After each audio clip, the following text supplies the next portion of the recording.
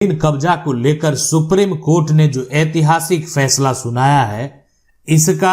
जो जजमेंट है, फैसला है, यानी रविंदर कौर बनाम मंजीत कौर का, आखिर क्या विवाद हुआ था दोनों में, क्यों इतना बड़ा फैसला सुनाया गया सुप्रीम कोर्ट के द्वारा। यानी सुप्रीम कोर्ट का फैसला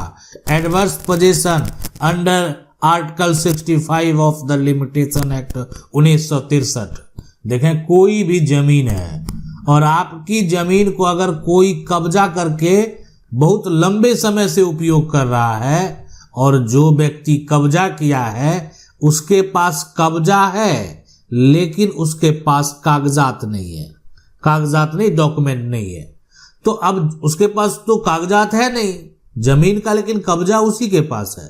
तो कानूनी तौर पर उसको एक अधिकार दे दिया गया कि देखें, अगर आपके पास कब्जा है, कागजात नहीं है, एडवर्स पोजीशन का दावा यानी आप कर सकते हैं, आपको कोई हटाएगा नहीं जब तक कोर्ट का निर्णय नहीं हो जाए। अब ये होता है यहाँ पर प्रतिकूल कब्जा का दावा कि मेरे पास डॉक्यूमेंट नहीं है लेकिन हम लंबे समय से कब्जे में, इसके बहुत सारे कंडीशन होते हैं, बहुत लोग इसका जो है गलत फायदा भी उठाते हैं। तो आखिरकार ऐसे सिचुएशन में क्या किया जाए, यानी आपको ये जो फैसला है रविंदर कौर और यहाँ पर ग्रेवाल बनाम मंजीत कौर का, ये जो फैसला है, इसका जो जजमेंट है, आखिर इसके जजमेंट में क्या क्या हुआ, सुप्रीम कोर्ट ने क्यों इतना बड़ा फैसला दे दिए। तो देखें, ये जो जमीन का विवाद है ना, ये जमीन का विवाद था पंजाब का। अब पंजाब में हुआ और वो भी ये खेती वाला ही जमीन का विवाद था, जमीन जिसको बोलते हैं कृषि भूमि, तो खेती वाला जमीन पर ही विवाद था। और विवाद का मुख्य कारण क्या हुआ, अब कोई अपने हिस्से में जमीन ले लिया और जमीन का जो है वो क्या कह सकते हैं ना, वो मालिकाना हक कि ये मेरे हिस्से की जमीन है, इस पर मेरा मालिकाना हक बनता है, ये प्रॉपर्टी पर मेरा हक होगा। तो मालिकाना हक को लेकर झगड़ा चला, बहुत लंबा विवाद चला। रविंदर कौर जो है, ये जो रविंदर कौर है, रविंदर कौर का एक दावा था, रविंदर कौर का कहना था कि हम लंबे समय से इस जमीन का उपयोग कर रहे हैं, ये जमीन मेरा लंबे समय से कब्जे में है, और जो है कि उनका परिवार इस जमीन पर लगातार जो है 12 साल से अधिक समय से, रविंदर कौर का कहना कि 12 साल से अधिक समय से कोई दिक्कत नहीं है और वो कब्जे में है। अब देखें, रविंदर कौर का जो भी मामला हो, लेकिन रविंदर कौर ये स्पष्ट कर रहा था कि जो जमीन पर आज दावा किया जा रहा है, जिस जमीन के लिए पंजाब में आज जो है विवाद हो रहा है, उस जमीन पर रविंदर कौर का कब्जा आज से नहीं है, बहुत दिन से है। तो अब ऐसा सिचुएशन में, यानी ये एडवर्स पोजीशन का भी कानून है कि कोई लंबे समय से जो है अगर जमीन पर कब्जे में रहता है तो कानूनी तौर पर यह कहा जाता है कि वो मालिक बन जाएगा, है ना। अगर किसी भी प्रकार का कोई भी, अब जो भी होना था 12 साल समय यहाँ पर है, 12 साल कहने का मतलब है थोड़ा समय नहीं हुआ, 12 साल जो है इंतजार किया गया और 12 साल तक किसी प्रकार का कोई भी निर्णय नहीं लिया गया। तो 12 साल के बाद जो है अगर कोई दावा करेगा तो वो एडवर्स पोजीशन के आधार पर जो है कानूनी दावा भी कर सकता है, जो जिसके कब्जे में जमीन है। तो अब यहां पर आखिरकार हुआ क्या इसमें, तो ये सारा विवाद तो चल ही रहा था, लेकिन इसी विवाद में जो है प्रक्रिया को चलते चलते 7 अगस्त को, 7 यहां पर जो है अगस्त, अब ये 7 अगस्त को एक फैसला आता है और ये जो फैसला है ये यानी साफ साफ सुप्रीम कोर्ट ने अपने फैसले में कह दिया ना कि देखें, लिमिटेशन एक्ट जो है, यहां पर लिमिटेशन एक्ट की धारा 65 की अगर बात करें, उसके अनुसार कोई भी व्यक्ति जमीन पर अगर 12 साल से कंटिन्यू अगर है, एक तरह से बिना कोई रोक टोक के है, बिना कोई कानूनी प्रक्रिया के वो लंबे समय से शांतिपूर्ण तरीके से अगर वो रह रहा है, तो ऐसे केस में वो जमीन का कानूनी मालिक बन सकता है। वैसा सुप्रीम कोर्ट के निर्णय में कहा गया, जजमेंट में कहा गया। फैसले का भी हम आपको जो है ना, आप डिस्क्रिप्शन में जाएंगे, आपको फैसले जजमेंट का कॉपी भी मिलेगा। जजमेंट भी हम आपको बताएंगे कैसे क्या करना है, पूरा देख सकते हैं, पढ़ सकते हैं। अब यानी ये कोई बचाव की बात नहीं है। मालिकाना हक का दावा करने के लिए मान लेते हैं कोई भी जमीन पर कब्जा करेगा और मालिकाना हक का दावा करने के लिए मुकदमा कर देगा, तब तो जमीन मालिक का यहाँ मार तो खत्म हो गया, जमीन मालिक का कुछ रहा नहीं। कोई भी व्यक्ति जो है जमीन पर अगर कब्जा कर लेगा और जमीन का मालिक होने का दावा करेगा तो फिर तो कोई भी मालिक बन जाएगा, कहेगा नहीं 12 साल से मेरा कब्जा। लेकिन सुप्रीम कोर्ट के द्वारा देखें कहा गया कि ये तो साबित करना पड़ेगा कोर्ट में कि 12 साल से उसका कब्जा जो है लगातार है 12 साल से उसका कब्जा जो है वो शांतिपूर्ण है, 12 साल से उसका कब्जा जो है यहाँ पर निरंतर है इत्यादि वगैरह, ये जो है उसको कंटिन्यू की अगर यहाँ पर बात करें, लगातार की बात करें तो ऐसा उसका कब्जा है। तो ये जो 7 अगस्त 2019 को फैसला हुआ, ये आखिरकार किसके पक्ष में हुआ? ये आपने सोचा है कि आखिर ये जो फैसला आया है वो किसके पक्ष में हुआ?